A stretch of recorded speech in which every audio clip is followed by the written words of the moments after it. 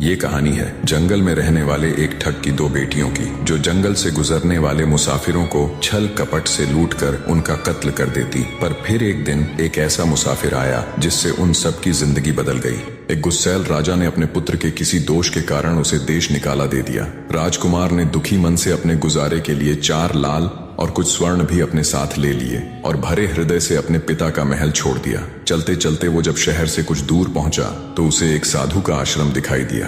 राजकुमार उस साधु को दंडवत प्रणाम करके एक तरफ बैठ गया। जब साधु ने उसकी मायूस शक्ल और देह पर कीमती वस्त्र देखे तो साधु ने उससे पूछा, बच्चा तुम कौन हो और यहाँ कैसे आए? राजकुमार बोला, महाराज मैं राजा चंद्रगुप्त का पुत्र महेंद्रगुप्त हूँ। मुझे मेरे पिता ने देश निकाला दे दिया है, इसीलिए मैं परदेश जा रहा हूँ। रास्ते में आपका आश्रम दिखाई दिया तो मेरे मन में आया कि आपके भी दर्शन करता चलूं। साधु ने महेंद्रगुप्त की बात सुनकर कहा, वत्स तुम नेक इंसान हो और परदेश जा रहे हो, इसलिए मैं तुम्हें 4 बातें बताता हूँ। तुम उन बातों पर अमल करना। परदेश में ये बातें तुम्हारे अवश्य ही काम आएंगी। पहली यह कि परदेश में एक से भले 2 होते हैं। दूसरी यह कि परदेश में दूसरे के हाथ का बना खाना मत खाना। अगर खाना भी पड़े तो पहले किसी जानवर को खिला देना। तीसरी बात यह कि परदेश में किसी दूसरे की बिछाई हुई चारपाई पर मत सोना। अगर सोना भी हो तो पहले बिस्तर को अच्छी तरह झाड़ लेना। चौथी बात यह कि यदि कहीं शत्रुओं के फंदे में फंस जाओ तो जहां तक हो सके नरमी और ज्ञान की बातें सुनाकर अपना उद्देश्य प्राप्त करना।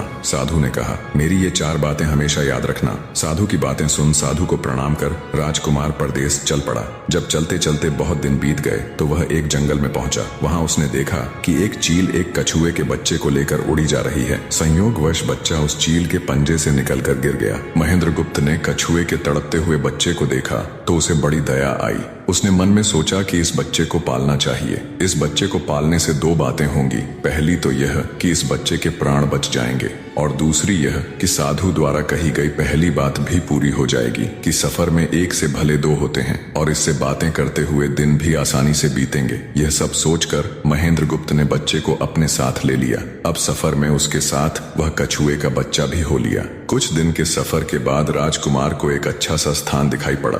उस स्थान पर पहुंचकर उसने कुछ खाया पिया और फिर कछुए के बच्चे से बोला, तुम यहाँ बैठे रहना, मैं जरा थोड़ी देर सो लूं। यह कहकर महेंद्रगुप्त